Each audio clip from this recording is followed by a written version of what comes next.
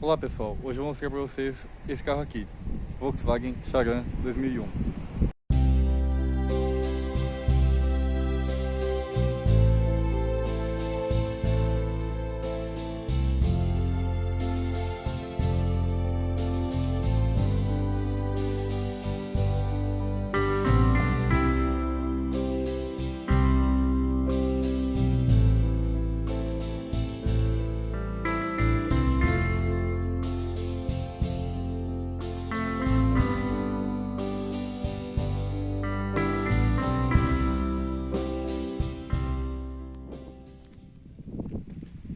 Então pessoal, esse aqui é uma Volkswagen Charan. É uma minivan, só que é uma minivan no estilo mais europeu, então podem ver que ela não tem as portas deslizantes. E até por essa razão dá a impressão que o carro é até maior do que ele realmente é. Não entendam errado, ele é bem grande mesmo assim. Mas podem ver que essa porta de trás é bem grandona assim, porque ela não é deslizante, é uma porta que abre normalmente. Então esse carro tem 7 lugares. Esse modelo em específico lançou em 2000, esse carro é um 2001, podem ver ali. Mas, na verdade, ela é uma reestilização em cima da primeira Charan, que foi lançada em 95. E depois teve outra reestilização em 2004, e essa carroceria parou de ser utilizada em 2010, quando lançou a segunda geração, que essa sim tinha portas deslizantes e era num projeto um pouco mais moderno. Dito isso, nessas reestilizações ela ganhou vários elementos para ela ficar mais ou menos alinhada com os Volkswagen da época, né? Então os motores foram mudando, os faróis, lanternas, os elementos de estilo, a interna, tudo mudou. Nessas duas registrações que o carro teve, ele foi se modernizando, ainda que usasse sempre a mesma carroceria da primeira Charan, né? Esse carro também foi vendido como Seat Alhambra. A versão da Seat era praticamente igual a essa da Volkswagen. Mudavam uns opcionaizinhos ou outros, mas motores era tudo igual. E além disso tinha também uma versão da Ford. A versão da Ford chamava-se Ford Galaxy, Galaxy com Y, não igual ao do Brasil que era X e E, né? Não tem nada a ver com aquele modelo, mas era Ford Galaxy, era a versão da Ford desse carro aqui. Usava os mesmos motores, esse carro é principalmente um Volkswagen, ele tem alguns elementos Ford, mas ele é principalmente um Volkswagen. E ele era fabricado numa fábrica aqui em Portugal, em Palmela, que é perto de Lisboa, né? E essa fábrica tinha participação da Ford. Então esse carro era lançado como Volkswagen e Seat, que são marcas do grupo Volkswagen, e também Ford Galaxy, que tinha uns elementos mais Ford, mas era basicamente o mesmo carro. A plataforma era exatamente a mesma, motores e tudo o resto. Dito isso, a Ford não ficou com essa parceria durante muito tempo, que lá para 2004, 2005 eles pararam de fabricar a Ford Galaxy nessa fábrica. Foi quando estavam prevendo o lançamento do Mondeo 4, né? E a nova Galaxy seria baseada no S-Max, que é baseado no Mondeo 4. Então a Ford abandonou esse projeto antes da Volkswagen, né? Então vamos começar a ver esse carro, igual sempre começa, né, pela chave. Essa chave é uma chave igualzinha do Golf 4, igual do Passat B5, igual dos Volkswagens dessa época, né? Então temos dois botões, um para destrancar o carro e outro para trancar. E chavinha assim, canivete, ok? Podem ver que tem aqui o repetidor de pisca lateral, que é igualzinho o do Golf 4. Aqui na lateral, podem ver que a maçaneta é um pouquinho diferente dos outros Volkswagens. Eu acho que isso é tanto pelo projeto dela, que é um pouquinho anterior, né? Quanto para deixar o carro mais proporcional, porque creio que aquela maçaneta um pouquinho menor do Golf 4 não ia ficar muito bem num carro desse tamanho, né? Então é mais para proporção. Podem ver aqui que os elementos internos são muito parecidos com os dos Golfs e Passats dessa época, né? Temos aqui os comandos de vidro elétrico iguaizinhos. O comando de retrovisores também muito parecido, né? Esse redondinho aqui. As maçanetinhas cromadas. Além disso, temos também o volante igualzinho o do Golf e do Passat dessa época, né? Aquele volante de 4 raios da Volkswagen. Esse carro aqui, por muito grande que ele seja, por ele ter 7 lugares, por causa da época dele, né? Ele tem só 4 airbags. Obviamente que é do motorista e do passageiro, e um em cada banco dianteiro. 4 airbags no total. Esse banco aqui, obviamente que ele tem aqui o ajuste de posição. Temos aqui um ajuste lombar também. E temos o ajuste de altura, que ele é um pouco brusco, mas temos um ajuste de altura completo. Mesma coisa aqui, né? Temos o nosso ajuste do encosto de cabeça. E para frente e para trás também, igual tinha em quase todo o Volkswagen dessa época. Temos ajuste de altura do cinto também, igual a maior parte desses carros na época, né, desses Volkswagen, quase todos tinham. Aqui podemos ver que o painel de instrumentos dela é bem completo. É bem semelhante aos Passats dessa época, né? Só que temos um painel um pouquinho mais completo. Então, obviamente, além de conta-giros, velocímetro, temperatura do líquido de arrefecimento e nível de combustível, nós temos também um voltímetro, né, que mostra a tensão da bateria, e a temperatura do óleo. Então esse carro marca a temperatura do óleo do motor. Essas chaves de pisca e limpador são exatamente iguais às de outros Volkswagens da época, né? É muito parecido com o do Golf 4, por exemplo. Aqui a regulagem intermitente variável ou sensibilidade, caso ele tivesse sensor, né? Empurrando assim, você liga o limpador traseiro, assim é o esguicho traseiro, e aqui as várias posições, né? Ligar apenas uma vez, intermitente, velocidade 1 e velocidade 2. Esse câmbio aqui é o câmbio típico de Volkswagen dessa época. É um câmbio muito bom de engatar, realmente, não dá para exigir melhor, principalmente num carro dessa época. Bacaninha de engatar mesmo. Esse câmbio específico é de 6 marchas, então terceira, quarta, quinta e sexta. E a ré você coloca aqui. Você baixa o câmbio, esquerda e frente. E obviamente o freio de mão é um freio de mão normal, então realmente o freio de mão de puxar normal de qualquer carro dessa época. Esse carro, como é uma minivan, um carro familiar, né, temos vários porta-objetos que normalmente não teríamos. Então, temos aqui um no meio, temos um aqui, temos, obviamente, nas portas essa lateral, mas também temos uns aqui de abrir e fechar tanto de um lado quanto do outro. Temos, obviamente, o porta-luvas, que desce suavemente. O porta-luvas ele é um pouquinho pequeno, mas como temos esse outro porta-luvas aqui em cima, não é tão necessário assim, né? Temos, obviamente, aqui o nosso cinzeirinho com tomada de 12 volts. Temos aqui nossas saídas de ar dianteiras. O painel desse carro é todo soft touch, então toda essa parte que você vê aqui é soft touch. Obviamente essas partes do meio não, né? Mas aqui é soft touch e daqui para baixo não. A parte de cima apenas soft touch, mas é o normal de carros especificamente dessa época, né? Aqui nos quebra-sóis nós temos espelhos de vaidade iluminados, tanto no motorista quanto para o passageiro. Temos também aqui essas luzes aqui, né, do teto, né, normal. Aqui ela acende quando você abre a porta, aqui acende sempre, aqui desliga. E aqui a luz de leitura específica para o passageiro. Temos alça de teto na lateral inteira, então temos 3 de cada lado, 6 alças de teto no total, né. Carro de 7 lugares tem 6 alças de teto, bem interessante. Aqui nós temos nossos comandos centrais, né, desembaçador, pisca-alerta.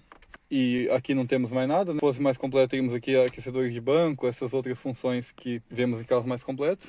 E aqui no meio também temos 2 porta-copos. Apertando aqui. Bem bacana, né?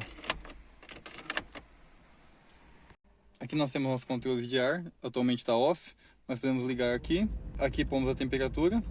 Ele é dual zone, então você consegue pôr a temperatura do lado do motorista e do lado do passageiro. Aqui é a ventoinha traseira e aqui é a ventoinha dianteira, ok? Aqui você liga a ventoinha para o ar lá atrás. O modo econômico, que é para desligar o compressor do AC, né? Modo alto, que é um ar-condicionado totalmente automático. Aqui é para desembaçar o vidro dianteiro. Aqui é circulação de ar. E podemos ver aqui a temperatura externa. Tá bem quente hoje. É a mesma que mostra aqui no meio do painel. Como esse carro é a diesel também, pessoal, ele marca só até 6.000 e a linha vermelha dele é 4.500.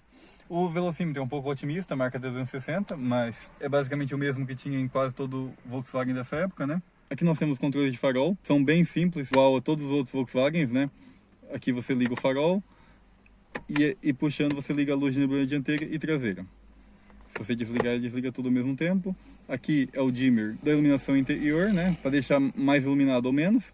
E aqui a regulagem de altura dos faróis, que é obrigatória na Europa. Esse carro específico não tem sensor de chuva e nem espelho eletrocrômico. O espelho é manual, a regulagem de dia e noite por aqui. Nesses bancos temos também aqui pequenos encostos de braço. E você pode escolher a altura deles rodando isso aqui. Então você roda aqui e ele fica mais alto ou mais baixo, né, dependendo de como você quiser. Tem um para o banco do motorista e outro para o passageiro, ok? O volante tem regulagem de altura e profundidade. Aqui nós temos o One Touch só para descer nos vidros da frente. Para subir você tem que segurar. E para os vidros de trás não é um one-touch, você tem que segurar até o fim se você quiser que ele suba ou desça, né? Aqui é a trava de crianças dos vidros traseiros, né? E é interessante esses dois controles aqui, que esses controles abrem os vidros lá de trás. Podem ver aqui que ele abre ou fecha. Dá para abrir e fechar apenas eletronicamente, tá? Então abrindo e fechando. É igual aqueles carros antigos que tinha aquele vidro basculante, né? Mas aqui é elétrico. Vamos agora ver os bancos traseiros da Volkswagen Charan. Podem ver, pessoal, que são bancos individuais. Então eles têm um pouco mais de conforto do que se fosse aquele banco inteiriço, né? E diria eu que se você for andar como passageiro nesse carro, esses bancos aqui são tão confortáveis quanto aqueles lá. Esses bancos, eles têm regulagem deslizante, então você pode trazer eles mais para frente, se você quiser, ou mais para trás, dependendo se você está levando pessoas ou bagagem. Se você precisar de mais bagagem, você pode pôr os bancos para frente e vice-versa. Esses bancos daqui, esses tem todos isofix também, então esse aqui tem os dois ganchinhos isofix, esse também e aquele também. Aqui temos encosto de cabeça para todos e temos cintos 3 pontos apenas para os laterais. O banco do meio ainda tem cinto abdominal. Porém, as versões mais novas da Charan, de 2004 para cima, pelo menos, tinham aqui o cinto de 3 pontos que vinha do teto, semelhante a como é nos Renault, né? E além disso, eles também regulam. Então você pode pôr eles um pouquinho mais para trás ou um pouquinho mais para frente. Eles têm essa regulagem aqui. Obviamente são limitados por isso aqui, né? Você pode escolher tirar isso ou não, mas eles podem regular. Da mesma forma, você pode transformar esse banco num encosto de braço. Então, se você levar só 4 pessoas aqui, elas podem usar essa parte como um encosto de braço. Para voltar a levantar o banco, você precisa puxar isso aqui e levanta ele. Então, pessoal, como esse carro é bem alto, aqui no meio realmente tem muito espaço. Ó, podem ver que a minha cabeça não está nem perto de tocar no teto. Eu tenho 1,87 m, o banco está regulado para mim, mas é confortável. Dá para andar aqui por bastante tempo sem se cansar. Aqui atrás, o espaço para as pernas é muito bom. Realmente, esse banco está para minha posição de condução e aqui fica bem folgado. A posição de sentar é bem alta, né? O carro todo tem acessório elevado, né? Mas a vantagem disso é que não temos túnel central. Então, nessa fileira aqui é completamente reto. Realmente, você consegue trocar de banco sem problema nenhum e sem sentir desconforto. Aqui atrás, obviamente, temos vidro elétrico também, né? Mas eles descem só até aqui. Então esse vidro é bem comprido, mas ele desce um pouco mais de metade. Então podem ver que ele fica mais ou menos assim. Nessa porta traseira temos também espaço para guardar aqui algumas coisinhas. Temos aqui também um pequeno cinzeirinho ou um porta-objetos, né? Tanto na porta esquerda quanto na direita.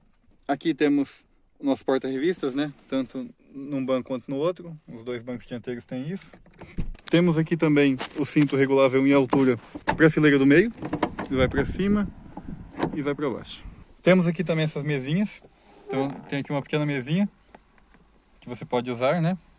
Isso aqui para carros familiares faz um grande sucesso. Atrás delas tem um amortecedorzinho, ok? Da mesma forma, você tem aqui uma luz de teto.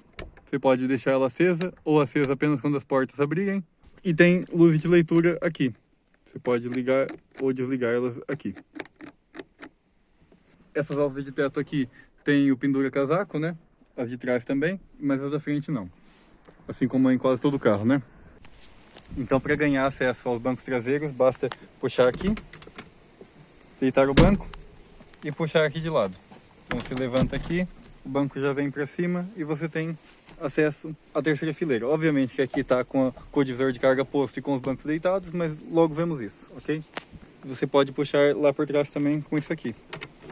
Podem ver que é o mesmo mecanismo, que puxa um lado, puxa o outro. E aqui é se você quiser remover os bancos. Esses bancos são completamente removíveis, você pode puxar aqui, ele sai inteiro. Você pode guardar ele em casa, por exemplo, se você não vai levar tantas pessoas, entendeu? Isso aqui é a parte traseira da Charan. Podem ver que tem aquele estilo do final dos anos 90, início dos anos 2000, que tinha lanterna no carro inteiro. Eu achava isso aqui um charme muito grande. As mais novas desse modelo mesmo tem aqui um redondinho e tem um pouquinho menos de lanterna no meio, mas aqui é uma aparência que está voltando. Nos carros mais novos você já está vendo isso de novo. Temos aqui o modelo do carro, Charan, e aqui TDI. temos o DI vermelho, que significa que é uma versão intermediária de motor. Essa aqui tem o motor TDI 1.9 de 115 cavalos. Se fosse de 130 cavalos, teríamos o T vermelho também, ok? E se fosse uma potência menor, teríamos só o I vermelho ou tudo cinza, dependendo do carro que era. Isso não é tão consistente assim. Aqui em cima temos as barras de teto, né, normais de todo carro familiar. E aqui temos a terceira luz de freio.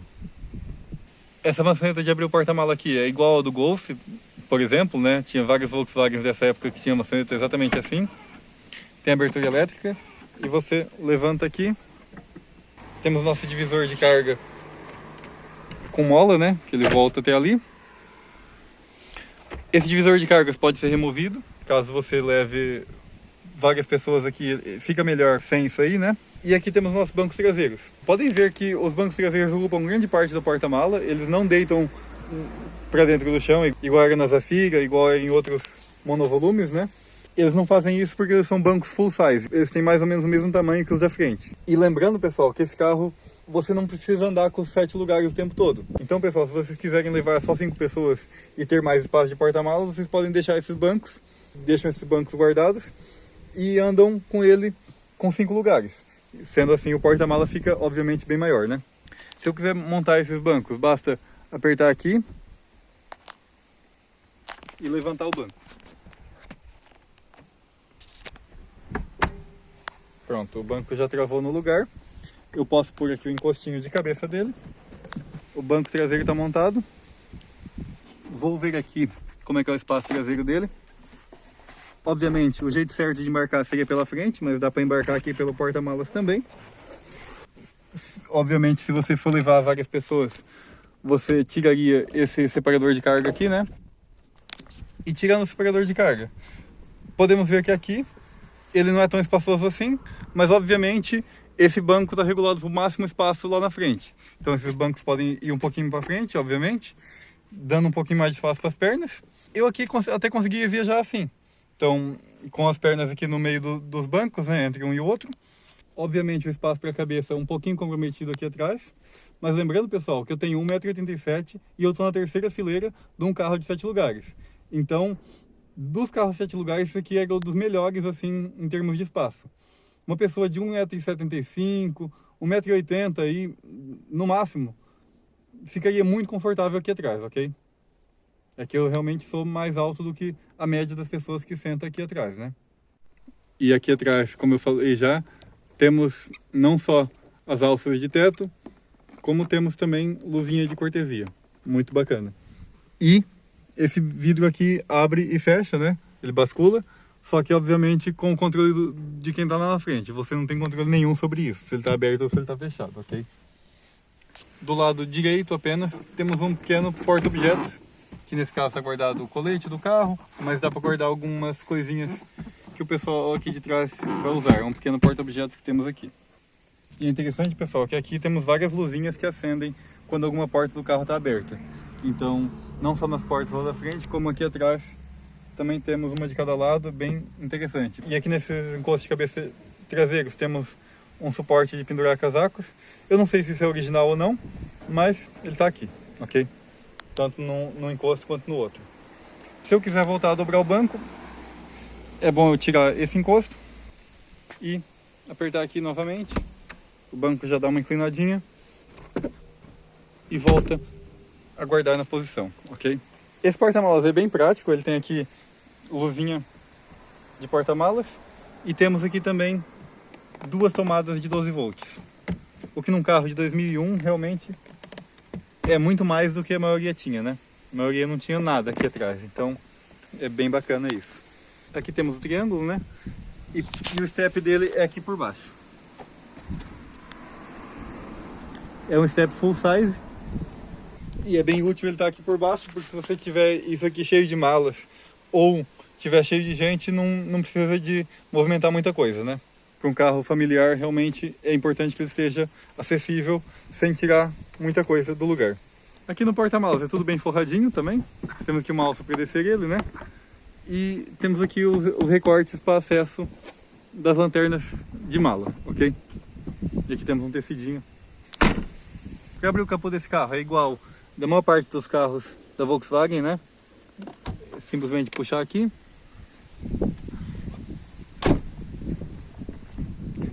Esse capô é típico de minivan, né? Aqui, em vez de puxar isso aqui, você empurra. Temos amortecedor de capô e temos manta acústica. Esse motor aqui, pessoal, é um show à parte.